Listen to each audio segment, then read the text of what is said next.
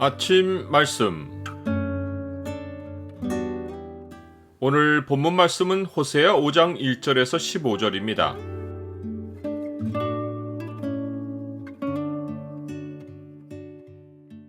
지도자들의 죄가 삶을 황폐하게 한다. 오늘 본문을 죄의 창으로 보면 사람이 죄를 감추려고 해도 할 수 없는 이유가 무엇인지가 보입니다.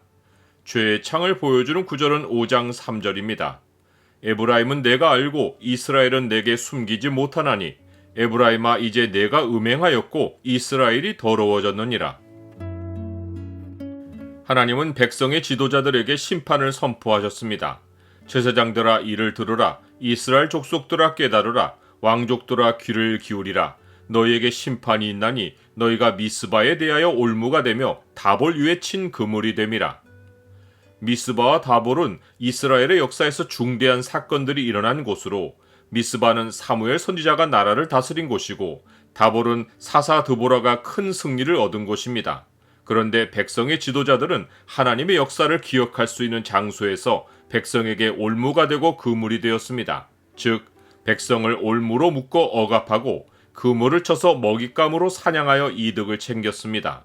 그 결과 이곳에서 기억되어야 할 하나님은 지워지고 포악하고 잔인한 지도자들이 기억나게 했습니다. 지도자들은 매우 패역하여 살육죄에 깊이 빠졌습니다. 살육죄라는 것은 지도자들이 잔인하게 자기 자녀들의 생명을 우상에게 희생 예물로 바친 일을 의미합니다.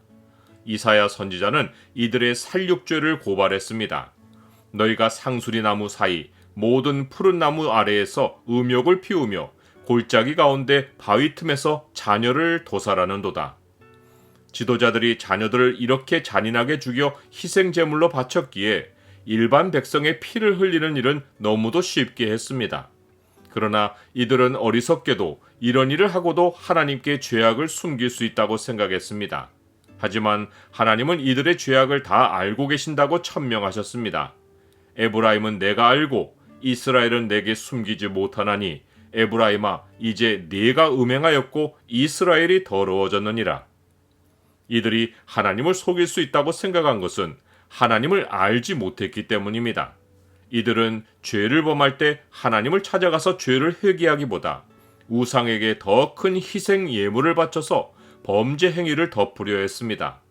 우상을 마음에 품는 것이 음란한 마음인데 사람이 음란한 마음을 가지면 행위를 회개하지 않고 행위를 정당화하기에 하나님을 알지 못하는 자들은 그들의 행위가 그들로 자기 하나님에게 돌아가지 못하게 만듭니다. 죄가 더욱더 그들을 죄 안에 묶어놓는 것입니다.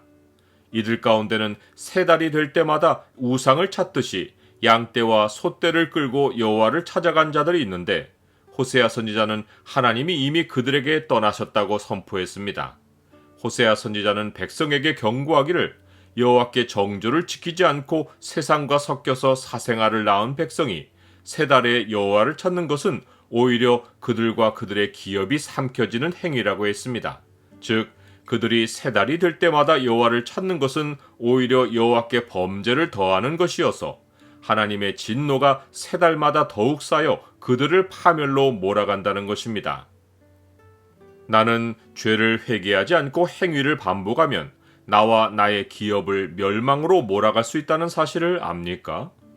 하나님은 죄를 반복하는 백성에게 외부의 침략이 있을 것을 예고하셨습니다. 너희가 기브아에서 뿔 나팔을 불며 라마에서 나팔을 불며 벳 아웬에서 외치기를 베냐민아 네 뒤를 쫓는다 할지어다.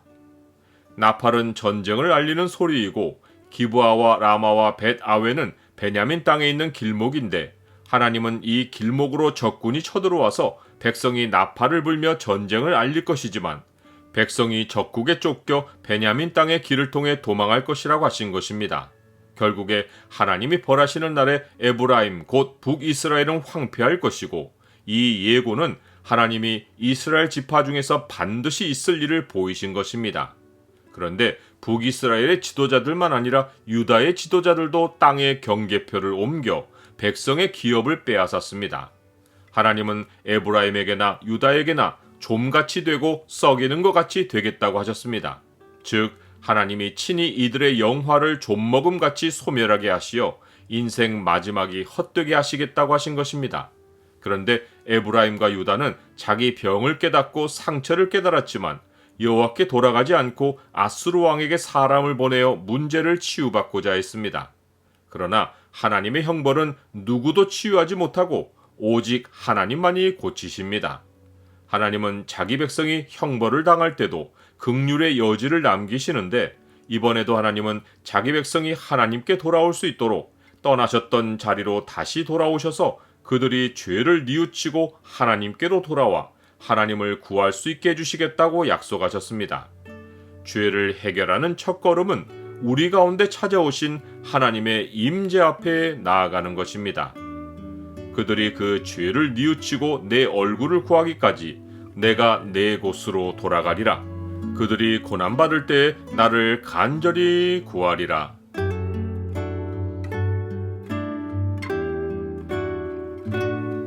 주님, 백성의 지도자들이 주를 알지 못할 때 그들의 범죄 행위를 감추며 뒤로 이득을 취하는 일이 있습니다.